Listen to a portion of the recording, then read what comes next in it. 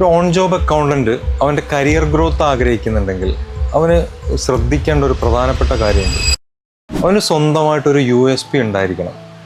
അവൻ്റെ കമ്പനിയിൽ അവൻ്റെ ഓണറടുത്ത് അവൻ സംസാരിക്കുമ്പോൾ, ഓണറടുത്ത് അവൻ പ്രസൻറ്റ് ചെയ്യുമ്പോൾ, അതുപോലെ ഡിപ്പാർട്ട്മെൻറ്റ് ഹെഡുകളായിട്ട് അവന് കോർഡിനേറ്റ് ചെയ്യുന്ന കമ്പനിയിലെ മുഴുവൻ ആളുകളും കമ്മ്യൂണിക്കേറ്റ് ചെയ്യുന്ന സമയത്ത് അക്കൗണ്ടൻ്റ് എന്ന് പറയുന്ന വ്യക്തിയായ എന്നെ സംബന്ധിച്ചിടത്തോളം ഒരു USP ഉണ്ടായിരിക്കണം. നമ്മൾ ശ്രദ്ധിച്ചാൽ അറിയാം, ഒരു പക്ഷേ ചില കമ്പനികളിലൊക്കെ നമ്മൾ ആദ്യമായിട്ട് ജോയിൻ ചെയ്യുന്ന സമയത്ത് നമ്മൾ റിപ്പോർട്ട് സബ്മിറ്റ് ചെയ്യുമ്പം ഓണർ അല്ലെങ്കിൽ ഡിപ്പാർട്ട്മെൻറ്റ് ഹെഡുകൾ പറയും, എനിക്ക് ഇതുപോലെയല്ല, വേറെ ഒരു ഫോർമാറ്റ് അവർ പറയും, അതുപോലെ വേണമെന്ന് പറയും.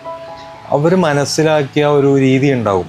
അതൊരു പക്ഷേ നല്ല മെത്തേഡാകാം, നമ്മളെക്കാൾ നല്ല മെത്തേഡും ആകാം, അതല്ലെങ്കിൽ നമ്മൾ അതിനേക്കാൾ മികച്ച ഒരു മെത്തേഡ് നമ്മൾ ഫോളോ ചെയ്യുന്നുണ്ടാവും. പക്ഷെ നമ്മളെ സംബന്ധിച്ചിടത്തോളം കൃത്യമായിട്ട് നമ്മുടെ കയ്യിലൊരു USP ഉണ്ടായിരിക്കണം. അത് ഓൺ ജോബിൽ മാത്രമല്ല, നമ്മുടെ പേഴ്സണൽ ലൈഫിലും ആ അർത്ഥത്തിലുള്ള ഒരു USP നമ്മൾ കീപ്പ് ചെയ്യണം.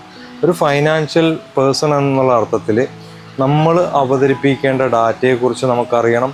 ഏതൊക്കെ ഭാഗങ്ങളാണ് നമ്മുടെ ഡാഷ്ബോർഡിൽ പോയിൻ്റ് ഔട്ട് ചെയ്യേണ്ടത്, പ്രധാനപ്പെട്ട കണ്ടൻറ്റുകൾ എന്തായിരിക്കും, നമ്മുടെ ഡാഷ്ബോർഡ് എങ്ങനെ കൃത്യമായിട്ട് സെറ്റ് ചെയ്യണം എന്നുള്ളത് നമ്മൾ കൃത്യമായി പഠിച്ചിട്ടുണ്ടാകണം.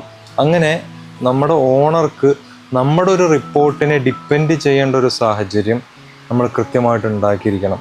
അങ്ങനെ നമ്മുടെ മേഖലയിൽ നമ്മൾ കൃത്യമായിട്ടൊരു USP സെറ്റ് ചെയ്യാതെ, അത് ഓരോരുത്തർക്കും ഓരോ അർത്ഥത്തിലായിരിക്കും, ഓരോ ഫോക്കസ്ഡ് ഏരിയാസ് ഉണ്ടാവും. അവിടെ കൃത്യമായിട്ടൊരു USP സെറ്റ് ചെയ്യാൻ നമ്മൾ പ്രത്യേകം ശ്രദ്ധിച്ചിട്ടുണ്ടാകണം.